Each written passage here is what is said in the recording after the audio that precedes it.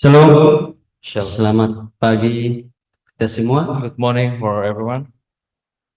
Senang sekali bisa bertemu saudara-saudari dari berbagai negara. Saya sangat bersyukur. Happy to see everyone from many countries, and it's blessed for me.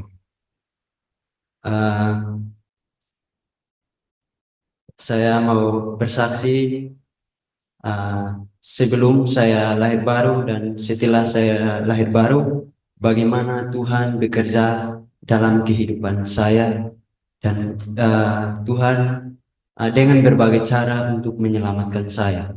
I want to share my testimony before I born again and after I born again, and how the Lord always bless me. Sebelum saya lahir baru, dari keluarga saya,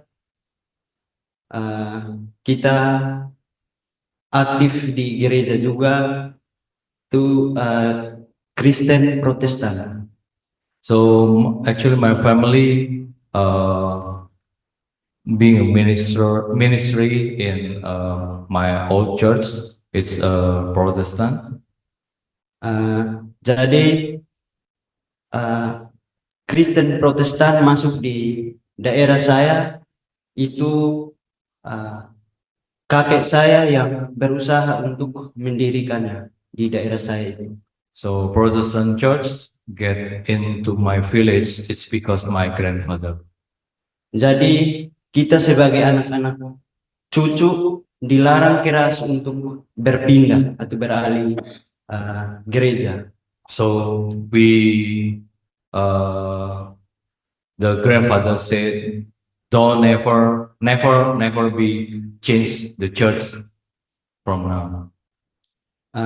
Jadi saya diutus untuk kuliah pendeta. So they asked me to have theological school. Jadi setelah SMA saya pergi ke Kupang dan untuk tujuannya untuk kuliah pendeta dan setelah mendaftar, tujuan saya bukan untuk mau melayani tetapi mendapatkan uang. Jadi sebelum itu saya buka Google untuk melihat gaji pendeta. My family sent me to Kupang to have a theological school in Kupang, being a priest. So my purpose is for being a priest, not for serve the Lord, to get money. And before I apply the school, I check in Google first how much priest salary. Karena di daerah saya itu kita cari pendeta, kalau kita cari pendeta mati di berbagai acara, Because being a priest, to being a priest, we got honor, we got respect, we got in every event. So in every event, we always in front. Tetapi Tuhan mau, mungkin Tuhan mau saya mau mengenal dia, saya mau mengenal dia, saya mendaftar teologi saya tidak lulus. Maybe because of the Lord doesn't want me to being a priest when I apply. I didn't accept it. Dan saya memilih jurusan lain untuk sosiologi. So I choose major sociology.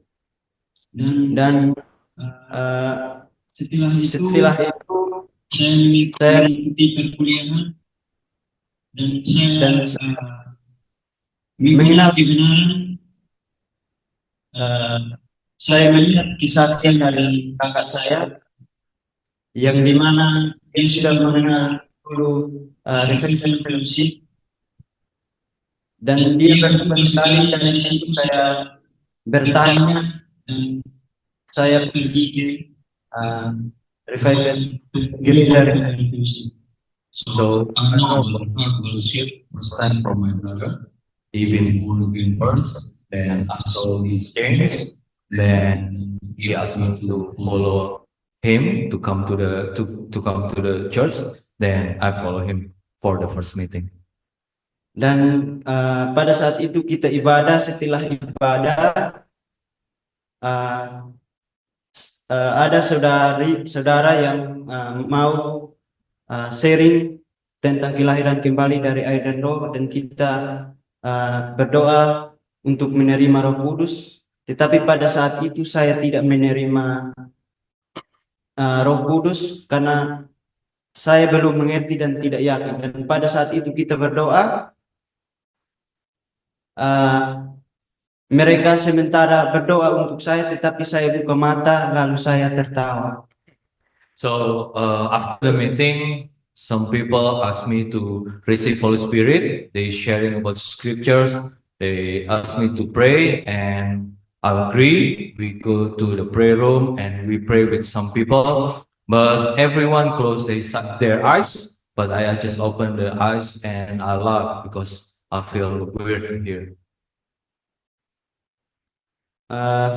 Dan saya memutuskan dan beritahu kakak saya pada saat itu bahwa saya tidak akan kembali ke Revival Fellowship. So after that, I told my brother I never been back to the Revival Fellowship Church again. Tetapi beberapa hari kemudian saya jadi penasaran akan hal itu, dan 1 minggu kemudian kita pergi lagi ke ibadah. Saya diseringkan lagi oleh saudara-saudari, dan pada saat itu saya memutuskan untuk lahir baru. But a few days after, I decided not want to move to come again. But I don't know what's happened. But I have desire to want to know more about the Revival Fellowship. And the next week, I asked my brother to bring me to the church again. And that time, after the meeting, some people sharing again about the gospel. And after that, I decided to born again and baptize. Setelah saya dibaptis, keluar dari air baptisan, saya merasa sukacita sekali karena bisa langsung dapat Roh Kudus dengan tanda bukti berbahasa roh. So after I baptized out of the water, I received Holy Spirit and speaking tongue for the evidence. Dan setelah saya lahir baru, itu banyak sekali kemenangan-kemenangan yang saya alami, yang Tuhan berikan kepada saya. After I'm born again, many overcoming come to in my life. The Lord bless me more and more. Saya akan membagikan 2 kesaksian karena waktu kita juga terbatas. I will share my testimonies. First one.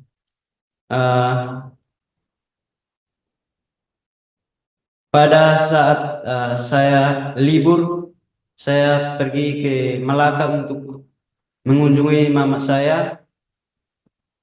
When I have holiday, I went to Malaka, to my village, to visit my mom. Selama 3 hari. For 3 days. Jadi setelah 3 hari saya mau kembali. Saya memperbaiki motor di bengkel. Yeah, after 3 days, I want to go back to Kupang and I have to repair my motorbike. Tetapi tukang bengkelnya tidak memperbaiki alat motor dengan benar. But the man didn't fix it right. Tapi saya tidak tahu. Jadi saya naik motor mau kembali ke Kupang, perjalanan yang cukup jauh, jadi harus ngebut. So back to Kupang with that motorcycle because it's quite far, so I'm doing it quite fast. Jadi sampai di satu daerah namanya Takari, tiba-tiba tanpa sadar saya tidak ada maksud untuk masuk ke satu minimarket.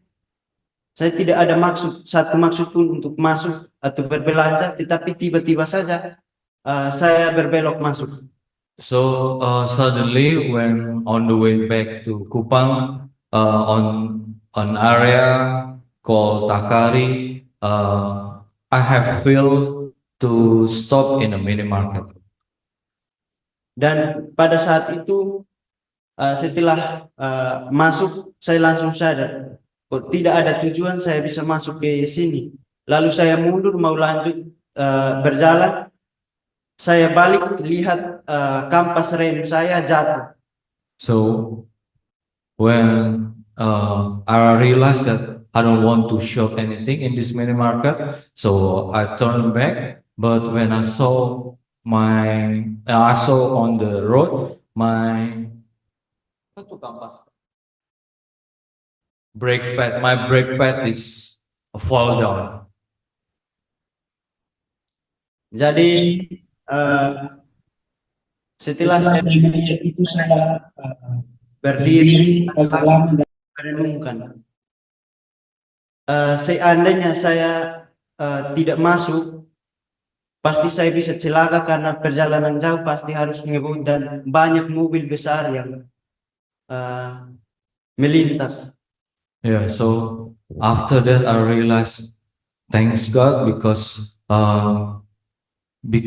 I got the feel to stop in the mini market, and maybe it's because of the Lord want me to stop there, so I can saw the brake pad is fell down. Otherwise, the travel to Kupang will be very dangerous because there's a lot of big vehicle on the way there. Jadi saya percaya yang tertulis di Mazmur 23 ayat yang ketiga, ia menyegarkan jiwaku dan membimbing aku ke jalan yang benar. So I believe in the Psalm 23 said that he will guide me and bring me to the right path. Dari situ saya yakin dan percaya bahwa Tuhan tidak pernah meninggalkan saya sedetik pun. From that time, I believe the Lord never leave me alone. Yang kedua, pada suatu hari saya adik saya mengalami sakit di bagian perutnya mengeras. So my second testimony is my sister have illness on the stomach, so her stomach's very hard. Jadi dia berbaring, yang dia lakukan itu hanya menangis. So she just lay down and she just crying because it's very painful. Dan kita tidak tahu mau berbuat apa. And we don't know what have to do. Tetapi pada saat itu saya sadar, lalu saya mengambil air 1 gelas, kita berdoa. But that time I realized I have to pray, and I took a glass of water and we prayed together. Lalu saya kasih ke adik minum dan kita gunakan air itu untuk mengoles juga. And I give the glass of water to my sister, and also some of the water I put on her stomach. Dan setelah itu di bagian perut yang mengeras tiba-tiba jadi cair. Yeah, and after that the hard stomach getting better. Jadi saya percaya bukan karena kekuatan air itu, tetapi ada kuasa dan doa yang ada di air itu. Yeah, it's not because of the water, but because of the power of the pray and because of the Lord blessings. Demikian kesaksian saya menantikan kedatangan Tuhan yang all my testimony, and I'm waiting for the Lord returns. Thank you.